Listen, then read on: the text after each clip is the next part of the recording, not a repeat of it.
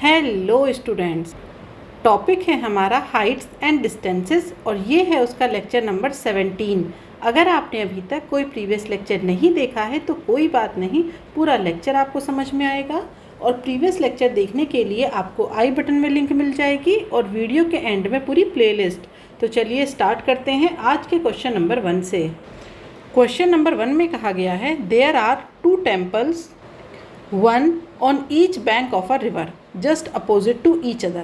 One temple is 50 meter high. From the top of this temple, the angle of depression of the top and the foot of the other temple are 30 degree and 60 degree respectively. Find the width of the river and the height of the other temple. ठीक है, तो यहाँ पर हमारे पास 2 temple हैं। तो एक ले लिया मैंने ये टेम्पल नंबर 1 और दूसरा ले लिया मैंने टेम्पल नंबर 2। अब इसमें से कौन सा टेम्पल की हाइट ज़्यादा है और कौन से की कम है वो हम कैसे डिसाइड करेंगे। सबसे पहले तो ये जो दोनों टेम्पल लिए हैं इनके बीच में ले लेते हैं ये रिवर, तो यही इनका क्या हो जाएगा, बेस हो जाएगा। अब इसमें अगर मैं इसे कह दूँ T1 और इसे कह दूँ टेम्पल 2 T2, ठीक है, और ये बीच में है हमारे पास रिवर R। तो यहाँ पर ये कहा गया है कि एक टेम्पल से जिसकी हाइट कितनी है 50 मीटर, उससे दूसरे टेम्पल के टॉप को देख रहे हैं और कैसे, एंगल ऑफ डिप्रेशन। तो यहाँ पर एंगल ऑफ डिप्रेशन जब भी लिखा होता है, ये देखिए एंगल ऑफ डिप्रेशन, तो इसका मतलब है कि आप ऊपर से नीचे की तरफ देख रहे हैं। तो इसका ये मतलब हुआ कि जो टेम्पल जिसकी हाइट 50 मीटर है वो टेम्पल क्या है, बड़ा है हाइट में एज़ कम्पेयर टू टेम्पल 2, ठीक है। तो ये जो टेम्पल 1 है इसकी हाइट ले ली है मैंने 50 मीटर गिवन है। तो यहाँ से दूसरे टेम्पल के टॉप और फुट को देख रहे हैं, तो जो एंगल ऑफ डिप्रेशन बन रहे हैं वो कितने बन रहे हैं, 30 डिग्री एंड 60 डिग्री। तो अब हम क्या करेंगे, टेम्पल 1 पे सबसे पहले तो ये बेस ड्रॉ किया। अब यहाँ से टेम्पल 2 के सबसे पहले टॉप को देखा, उसके बाद हमने क्या किया, हमने उसके फुट को देखा इस तरीके से। तो जब टॉप को देखा था तो जो एंगल है वो कितना है, वो है हमारे पास 30 डिग्री। फिर जब फुट को देखा गया तो जो एंगल है वो कितना है, 60 डिग्री। अब जैसे हमने ये बेस जो रिवर है ये ड्रॉ की है, जिसे मैंने कहा AB, तो ऐसे ही हम एक बेस ड्रॉ कर देते हैं यहाँ पर, ठीक है। जो हमारा छोटा टेम्पल है टेम्पल 2, उसके टॉप से एक बेस हमने ड्रॉ कर दिया जो कि AB पैरेलल किसके हो जाएगा, CD के। अब यहाँ पर देखिए, अगर आपके पास ये वाला एंगल 30 डिग्री है तो इसका मतलब ये हुआ ये एंगल भी 30 डिग्री। अब ये वाला जो एंगल है ये एंगल कितना है, 60 डिग्री। तो इसका मतलब ये हुआ कि ये एंगल भी 60 डिग्री हो जाएगा। अब इसे ले लेते हैं हम E। तो यहाँ पर अब हमें क्या क्या फाइंड आउट करना है, width of the river, that means we have to find out AB। दूसरा हमें क्या फाइंड आउट करना है, height of the other temple. तो height of the other temple that means क्या है, वो BD, और जिसे हमने T2 माना है। तो ये 2 वैल्यू हैं जो हमें फाइंड आउट करनी है। तो अब इन्हें फाइंड आउट करने के लिए हम क्या करेंगे, हम लेंगे सबसे पहले ट्राइंगल। कौन से ट्राइंगल को ले लेते हैं, CDE, ट्राइंगल CDE। अब इस ट्राइंगल में अगर देखें CDE में, तो यहाँ देखिए ये जो है AC, ये कितना हो जाएगा, ये हो जाएगा हमारे पास T2, ओके। तो ये जो EC है ये हमारे पास कितना हो जाएगा, ये हो जाएगा 50 माइनस T2 हो जाएगा। तो अब यहाँ पर देखिए CDE में हम कौन सा ट्रिग्नोमेट्रिक रेशियो लेंगे, हम लेंगे यहाँ पर हमें किसकी रिक्वायरमेंट है, हमें हाइट चाहिए, T2 चाहिए, दैट मीन्स परपेंडिकुलर तो हमें चाहिएगा। और हमें क्या चाहिए, हमें यहाँ पर ये जो रिवर है इसकी विड्थ बतानी है, दैट मीन्स हमें बेस भी चाहिए। तो यहाँ पर हम यूज़ करेंगे tan थीटा। अब यहाँ पर ट्राइंगल CDE में अगर tan थीटा की बात करें तो परपेंडिकुलर CE और बेस कितना हो जाएगा, CD। अब ये जो tan थीटा है ये कितना है, ये है 30 डिग्री। CE इसे आप लिख सकते हैं 50 माइनस T2। CD, तो यहाँ पर देखिए ये जो AB है ये हमारे पास क्या है, इक्वल है CD के, और इसे हमने माना है R। जो रिवर की विड्थ है उसे हमने R से रिप्रेजेंट किया है, तो यहाँ पर आप लिख सकते हैं R। अब 10/30 की वैल्यू की बात करें तो 1/√3 is equal to 50 minus T2 upon R। तो यहाँ से आप लिख सकते हैं R is equal to √3 50 minus T2, equation number 1। अब आ जाते हैं हम दूसरे ट्रायंगल पर। कौन सा ट्रायंगल है, इसे ले लें ABE को। तो ट्रायंगल ABE, इसमें हो जाएगा tan थीटा, परपेंडिकुलर AE और बेस AB। अब जो थीटा है उसकी वैल्यू पुट करिए, tan 60 डिग्री। AE ये टेम्पल 1 की हाइट है, दैट मीन्स 50, और AB इसे हमने माना है R। तो ये होता है √3 is equal to 50 upon R। तो R is equal to 50 upon √3, equation number 2।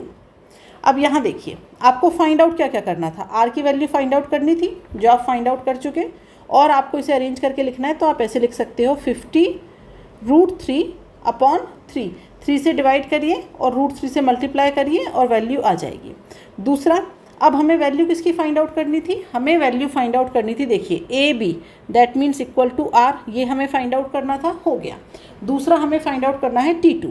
तो अब इक्वेशन 1 को देखिए, इक्वेशन 1 में आप क्या करेंगे, R की वैल्यू पुट करिए, तो वहाँ से आप T2 निकाल लेंगे। तो यहाँ पर हम लिखेंगे फ्रॉम इक्वेशन 1, ये क्या है आपके पास, R is equal to that means 50 upon √3 is equal to √3 into 50 minus T2, 50 minus T2। तो ये हो जाएगा आपके पास 50 इज इक्वल टू, ये 3 बन जाएगा, तो 150 माइनस 3T2, ठीक है। तो इसे आप लिख सकते हैं यहाँ पर 3T2 इज इक्वल टू 100। तो यहाँ से आप लिख सकते हैं T2 is equal to 100 upon 3, that means 33.33 metre. तो जो आपका सेकंड टेम्पल है, जैसा कि मैंने कहा था, इसकी जो हाइट है वो क्या होगी, फर्स्ट टेम्पल से कम होगी। तो यहाँ पर इसकी जो हाइट है ये आ गई 33.33 मीटर। और जो आपकी रिवर है, इसकी जो विड्थ है ये कितनी आ रही है, 50 अपॉन √3। और अगर आप उसे वैल्यू रख के सॉल्व कर लेंगे, यहाँ पर 50 √3 अपॉन 3, तो ये आ जाएगा आपके पास 28.83 मीटर। ये आपका R है, ओके। तो R को आप जैसा चाहें वैसे लिख सकते हैं। अगर हाँ क्वेश्चन में मेंशन है √3 is equal to value given है, तब तो आपको √3 की वैल्यू रखनी ही पड़ेगी। आप आंसर को √3 के फॉर्म में नहीं निकाल सकते। लेकिन यहाँ पर क्वेश्चन में कहा गया था क्या, नहीं, ऐसा कुछ नहीं गिवन है, तो आप फाइनल आंसर को √3 के टर्म्स में भी लिख सकते हैं, ठीक है। अब हम आ जाते हैं अगले क्वेश्चन पर, क्वेश्चन नंबर 2 पर। क्वेश्चन नंबर 2 में कहा गया है The angle of elevation of an aeroplane from a point on the ground is 45 degree. That means ground पर एक point है, उससे एरोप्लेन को देखा जा रहा है with a angle of 45 degree after a flight of 15 second. लेकिन 15 सेकेंड बाद क्या हो रहा है, the angle of elevation change हो गया 45 डिग्री से 30 degree. F the aeroplane is flying at a height of 3000 metre, find the speed of the aeroplane. इसका मतलब ये है कि हमारे पास यहाँ पर देखा जाए तो ग्राउंड पर एक पॉइंट है। पहले तो हम ग्राउंड लेवल बना लेते हैं, तो ये बन गया ग्राउंड लेवल। तो इस ग्राउंड पर हमारे पास एक पॉइंट है, इसे ले लिया पॉइंट ए। अब ऊपर कहीं यहाँ पर एरोप्लेन क्या हो रहा है, फ्लाई हो रहा है, ठीक है। ये हमारे पास एक एरोप्लेन जा रहा है। अब हुआ क्या कि जब हम यहाँ से एक पर्टिकुलर टाइम से देखते हैं, तो जो एंगल है, जब हम यहाँ पर देखा तो जो एंगल है, एंगल ऑफ एलिवेशन, वो कितना बन रहा था, पहले 45 था पहले, ठीक है। तो ये था 45 डिग्री। अब थोड़ी देर के बाद ये जो एरोप्लेन है ये अब मूव कर रहा है यहाँ से यहाँ, तो ये माना कि यहाँ पहुँच गया एरोप्लेन, इस तरीके से यहाँ पहुँच गया। तो अब उस कंडीशन में जो एंगल ऑफ एलिवेशन है इस तरीके से, तो वो एंगल ऑफ एलिवेशन कितना हो गया, वो हो गया अब आपके पास 30 डिग्री, ठीक है। अब अगर ये कहा जा रहा है कि ये जो एरोप्लेन है ये ग्राउंड से, अगर यहाँ से बात की जाए ग्राउंड से, ये आपके पास 3000 मीटर की हाइट पर उड़ रहा है, तो उस केस में हमें इसकी स्पीड को फाइंड आउट करना है। अब इसकी स्पीड फाइंड आउट करने के लिए हम क्या करेंगे, हम यहाँ पर अगर इस ट्रायंगल को यहाँ पर मैं इस तरीके से कर सकती हूँ, यहाँ पर हाइट कितनी है 3000 मीटर, फिर मैं इसे यहाँ पर भी से इस तरीके से ज्वाइन कर सकती हूँ, यहाँ पर भी हाइट कितनी है 3000 मीटर, ठीक है। तो अब हमारे पास देखा जाए तो दो ट्रायंगल बन गए। कौन कौन से ट्रायंगल, एक तो हो गया ABC और एक हो जाएगा ADE, 2 ट्रायंगल हो जाएंगे। तो यहाँ पर एक तो हो जाएगा ट्रायंगल ABC और दूसरा जो ट्रायंगल है वो हो जाएगा हमारे पास ट्रायंगल ADE। अब इन दोनों ही ट्रायंगल में देखिए हाइट हमें गिवन है, दोनों की हाइट कितनी है, सेम है। बेस की बात करें तो यहाँ को मैंने मान लिया x और इधर ये जो CE है इसे मैंने मान लिया y, ठीक है।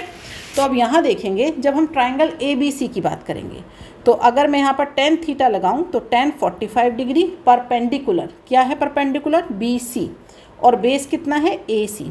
tan 45 1 is equal to BC कितना है 3000, AC कितना है हमारे पास x। तो दैट मीन्स ये जो x है ये आ गया आपका 3000 मीटर, x की वैल्यू आ गई। अब बात करते हैं ट्रायंगल ADE की। तो इस ट्रायंगल में देखिए यहाँ पर हम इसे लिख सकते हैं tan 30 degree perpendicular DE, base कितना है, बेस है AC प्लस CE, या फिर आप इसे पहले AE लिख दीजिए। tan 30 degree 1/√3, height 3000 metre, base AE, इसे आप क्या लिख सकते हैं x प्लस y।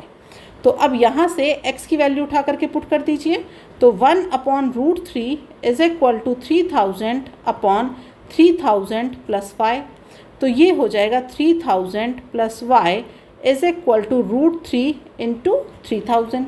तो यहाँ से y की वैल्यू हो जाएगी 3000, तो ले लीजिए कॉमन, और ये हो जाएगा √3 - 1, y की वैल्यू आ गई। और थोड़ा सा सॉल्व कर लीजिए इसे, तो ये हो जाएगा आपके पास y is equal to 3000 1.732 - 1, that means y is equal to, ये आ जाएगा 2196 मीटर। ओके, अब हमें क्या फाइंड आउट करना है, हमें फाइंड आउट करना है स्पीड। तो अब ये देखिए स्पीड कैसे फाइंड आउट करेंगे, स्पीड, इसे फाइंड आउट करने के लिए हम क्या करते हैं, स्पीड के लिए जो डिस्टेंस ट्रेवल की गई है वो और जिस टाइम में ट्रेवल की गई है वो, तो स्पीड होती है हमारे पास डिस्टेंस अपॉन टाइम।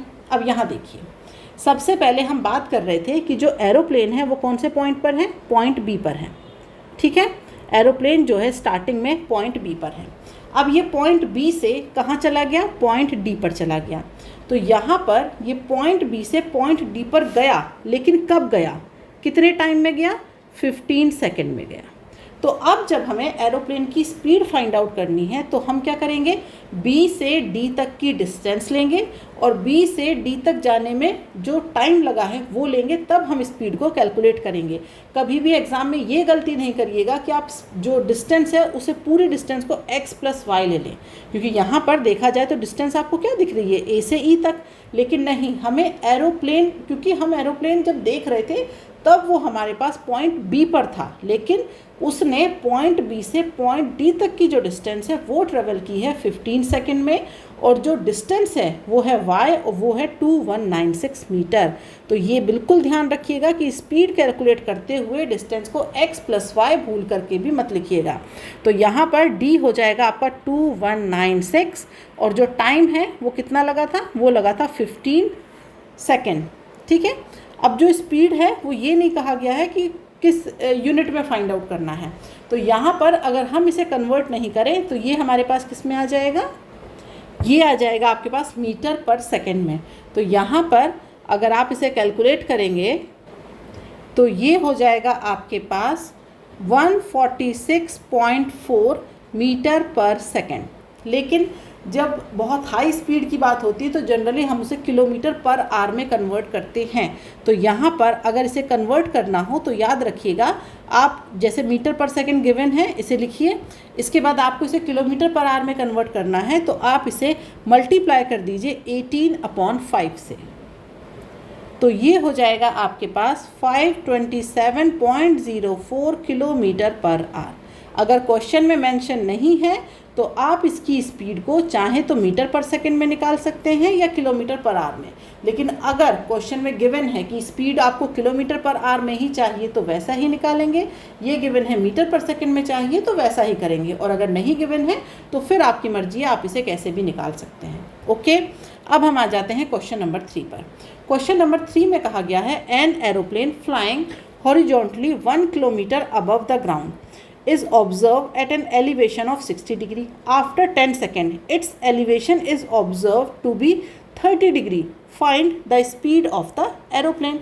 तो इसी तरीके का एक और क्वेश्चन है, इसे भी कर लेते हैं ताकि आपको बिल्कुल कोई डाउट ना रहे, एकदम क्लियर हो जाए। तो यहाँ पर सबसे पहले तो क्या करेंगे, हम एक बेस लेंगे। तो ये ले लिया हमने एक बेस। अब जब हमने एरोप्लेन को देखा तो एक्चुअली वो कौन सी हाइट पर उड़ रहा है, 1 किलोमीटर की हाइट पर उड़ रहा है। लेकिन किस एंगल से देखा हमने उसे, जब हमने सबसे पहले देखा तो एंगल ऑफ एलिवेशन बन रहा था हमारा उस टाइम पे 60 डिग्री। तो ये हो गया एंगल ऑफ एलिवेशन 60 डिग्री। तो यहाँ कहीं पर आपका क्या है, प्लेन उड़ रहा है। अब आफ्टर 10 सेकेंड, तो आफ्टर 10 सेकेंड के बाद हमने प्लेन को दोबारा से देखा और प्लेन कहाँ पर है, अब प्लेन है यहाँ पर with angle of elevation of 30 degree.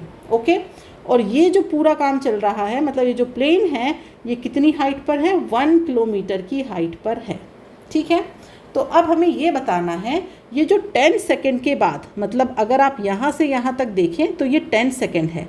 10 second के बाद जो आपका प्लेन है वो मतलब दूसरी पोजीशन पर था। तो हमें ये बताना है कि 10 सेकेंड में जब इसने अपनी पोजीशन चेंज कर ली तो किस स्पीड से ये फ्लाई कर रहा है, और इसकी जो स्पीड है वो आपको किस में फाइंड आउट करनी है, किलोमीटर पर आवर में। अब क्वेश्चन में ये चीज़ गिवन है। तो अब आप क्या करेंगे, सबसे पहले यहाँ से यहाँ एक परपेंडिकुलर ड्रॉ और यहाँ से यहाँ एक परपेंडिकुलर ड्रॉ, नेमिंग कर दीजिए। ये हो जाएगा ABC और इसे लिख दीजिए DNE।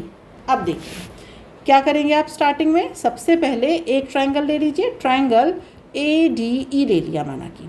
तो ये हो जाएगा tan 30 degree, perpendicular DE, base क्या है AE, इसे मान लिया मैंने x, EC इसे मान लिया मैंने y। तो अब ये हो जाएगा DE/AE। ठीक है, अच्छा ट्रायंगल ADE की बात की है तो ये 60 डिग्री है। अब ये हो जाएगा √3 is equal to DE, that means 1 kilometre है, किलोमीटर में ही लिखेंगे क्योंकि हमें स्पीड भी किलोमीटर पर आवर में ही चाहिए।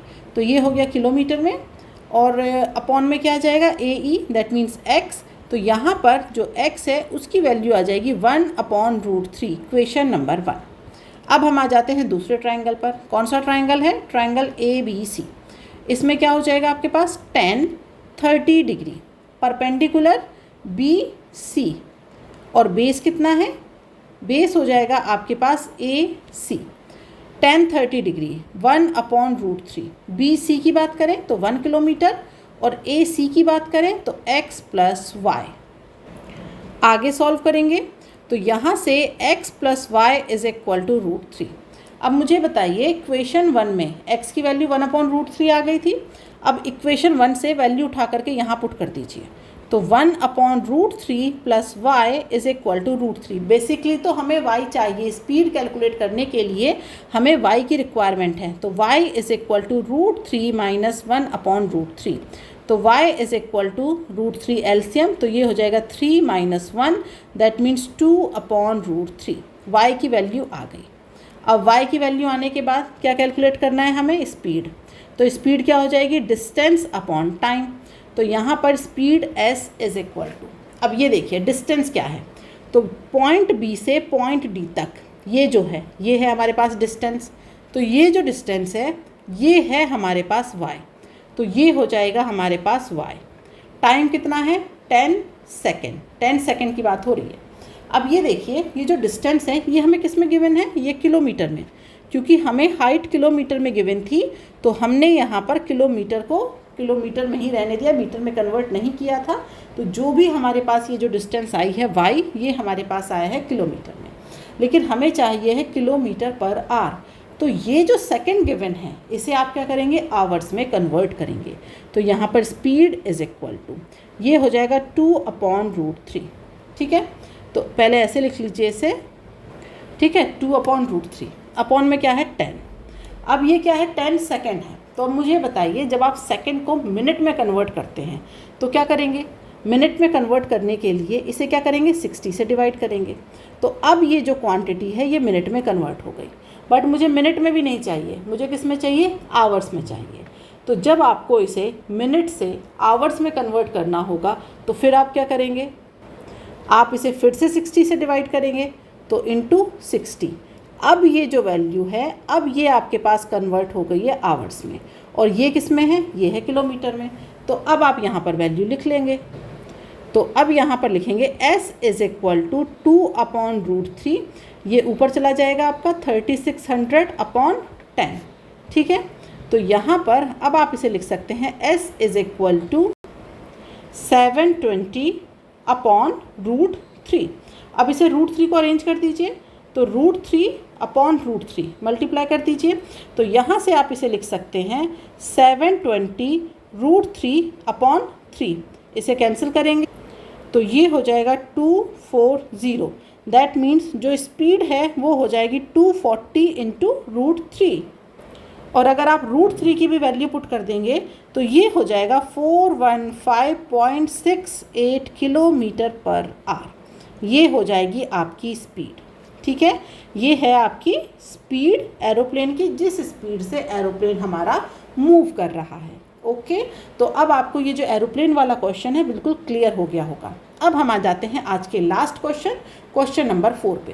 क्वेश्चन नंबर 4 में कहा गया है, a tree standing on a horizontal plane is leaning towards east at 2 points situated at distance A and B exactly due west on it. The angles of elevation of the top are respectively alpha and beta. Prove that the height of the top from the ground is this: B minus A into 10 alpha 10 beta upon 10 alpha minus 10 beta. तो हमें यहाँ पर इस question में मतलब direction के बारे में बात दी गई है। तो हम क्या करेंगे, सबसे पहले डायरेक्शन वाला जो प्लेन है उसे ड्रॉ कर लेते हैं। तो यहाँ पर एक डायरेक्शन वाले प्लेन को हम ड्रॉ करते हैं तो इस तरीके से। तो अगर यहाँ पर ये मानते हैं हम हमेशा कि जो अपर साइड है वो होता है नॉर्थ और जो लोअर साइड है वो है साउथ। तो ये होता है राइट हैंड साइड पे आपका ईस्ट और लेफ्ट हैंड साइड पर होता है वेस्ट। ओके, तो अब यहाँ पर ये गिवन है क्वेश्चन में कि जो ईस्ट है वहाँ पर एक ट्री है, एक पेड़ लगा हुआ है ईस्ट में। तो इस तरीके से यहाँ पर हमने मान लिया कि ये हमारे पास एक ट्री है। उसके बाद ये कहा गया है कि यहाँ पर जो वेस्ट डायरेक्शन है वहाँ पर 2 पॉइंट हैं, कौन सी डिस्टेंस पर, A और B पर। तो यहाँ पर देखिए ये जो पूरा है ये तो ईस्ट है, तो जो वेस्ट वाला डायरेक्शन है वो एक पर्टिकुलर पॉइंट के बाद, यहाँ के बाद हमने क्या माना है, इधर क्या है, वेस्ट। तो अब वो जो पॉइंट है, 2 पॉइंट, वो दोनों हमारे पास कहाँ पर है, वेस्ट में। तो उन पॉइंट्स को हम मान लेते हैं, जब ये वेस्ट में है तो आफ्टर दिस पॉइंट मीन्स आप कह सकते हैं कि ये वाला जो पॉइंट है आफ्टर O, जिसे मैंने माना है ओरिजिन, यहाँ के बाद है वो वेस्ट की तरफ है वो पॉइंट। तो एक पॉइंट मैंने ले लिया यहाँ पर A और दूसरा पॉइंट ले लिया यहाँ पर B, ठीक है। अब इसके बाद कहा गया है कि अब अगर इन पॉइंट से the angle of elevation of the top of tree are respectively alpha and beta. तो यहाँ पर जब इस पॉइंट ए से ट्री के टॉप को देखा जा रहा है तो एक एंगल ऑफ एलिवेशन बन रहा है, और कौन सा एंगल बन रहा है, वो अल्फ़ा।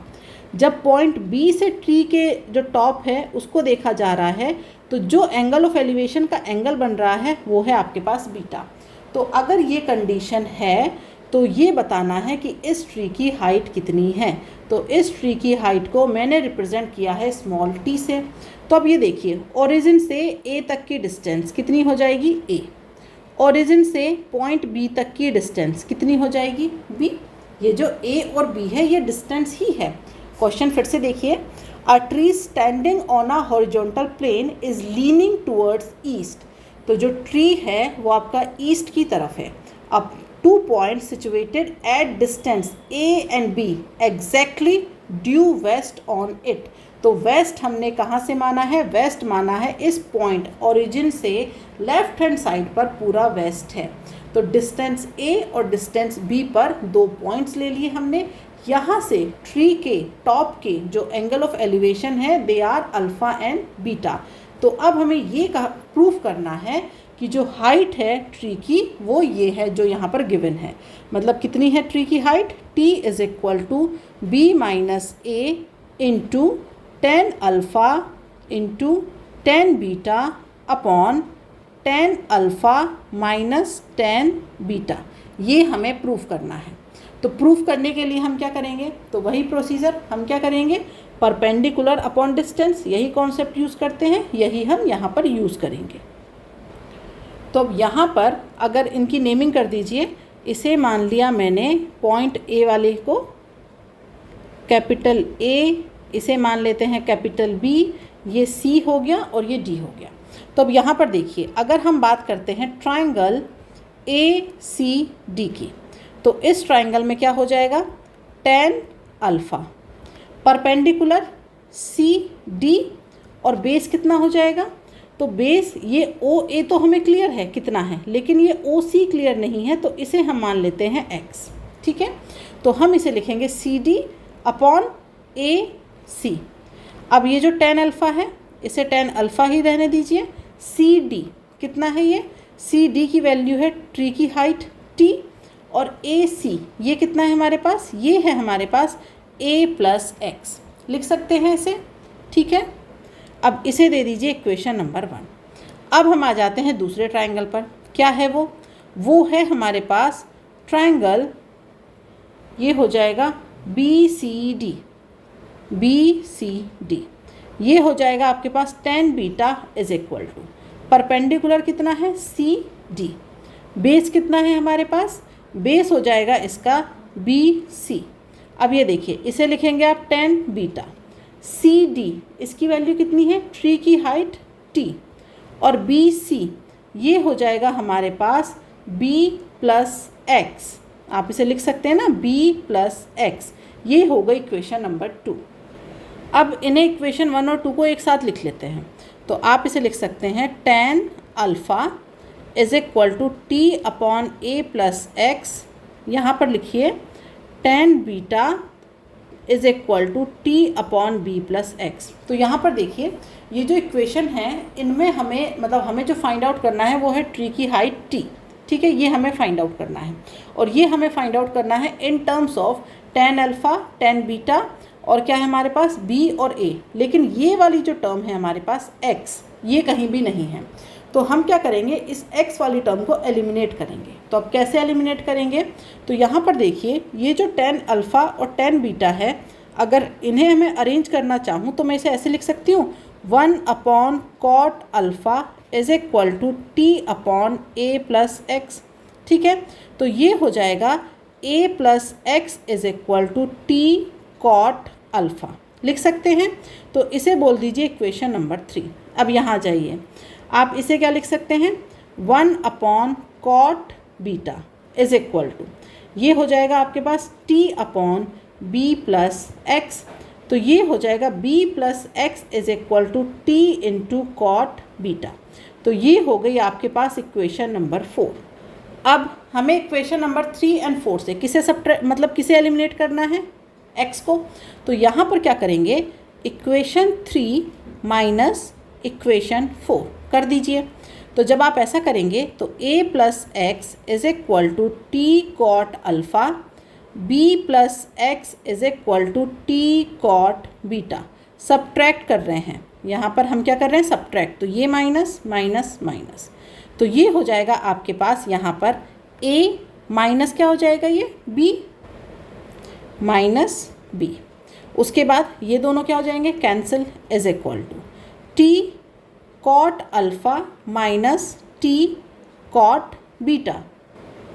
इसे अरेंज कर लीजिए आप, तो ये हो जाएगा a minus b is equal to t, ये बचेगा cot alpha minus cot beta. लेकिन जो आंसर है क्वेश्चन में वो आपको 10 के टर्म्स में गिवन है, तो अब इसे कन्वर्ट कर लीजिए। तो 1 upon 10 alpha minus 1 upon 10 beta. ठीक है, तो ये हो जाएगा a minus b is equal to t, और ये हो जाएगा 10 अल्फ़ा 10 बीटा। तो ये हो जाएगा आपके पास 10 बीटा माइनस 10 अल्फ़ा। तो t इज इक्वल टू हो जाएगा a minus b 10 alpha 10 beta upon 10 beta minus 10 alpha. देखते हैं क्या गिवन था क्वेश्चन में। क्वेश्चन में गिवन था b माइनस ए और नीचे है alpha minus beta. b minus a given है, तो यहाँ पर चेंज कर देते हैं इसे, a माइनस बी को कर दीजिए b माइनस ए, ये हो जाएगा tan अल्फ़ा tan बीटा, तो अपॉन में क्या हो जाएगा, यहाँ हो जाएगा tan alpha minus tan beta. ठीक है, यही हमें प्रूफ करना था।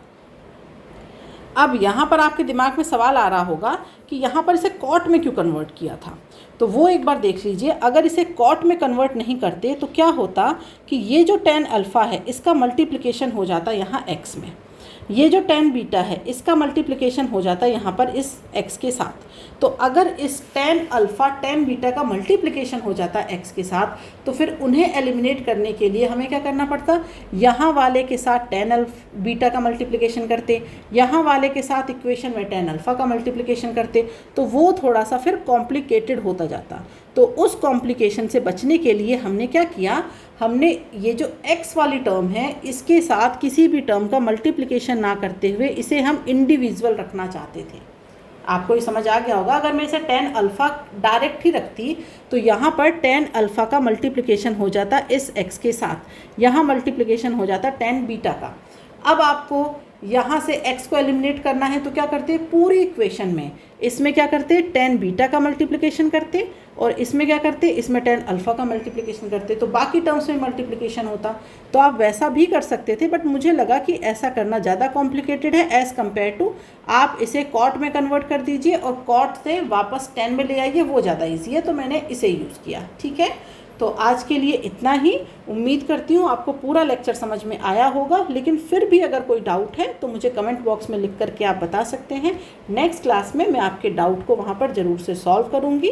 और वीडियो पसंद आया हो तो इसे लाइक करिए, और लेक्चर का जो नोट्स है उसकी जो PDF फाइल है वो आपको टेलीग्राम चैनल पर मिल जाएगी, जिसकी लिंक चैनल के डिस्क्रिप्शन में दी गई है।